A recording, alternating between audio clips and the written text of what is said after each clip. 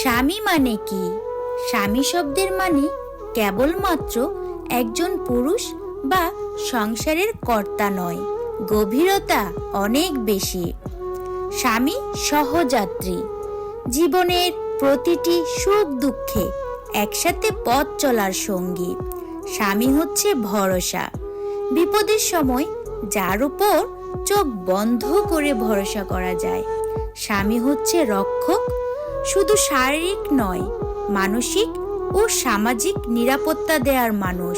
স্বামী হচ্ছে বন্ধু, যার সাথে মন খুলে হাসা, কথা বলা, কান্না করা যায়।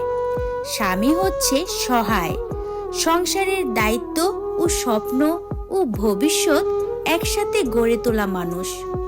সহজভাবে বলতে গেলে একটি বিবাহিত মেয়ের জীবনে স্বামী হলো সব দিক থেকে পরিপূর্ণভাবে একজন রক্ষক।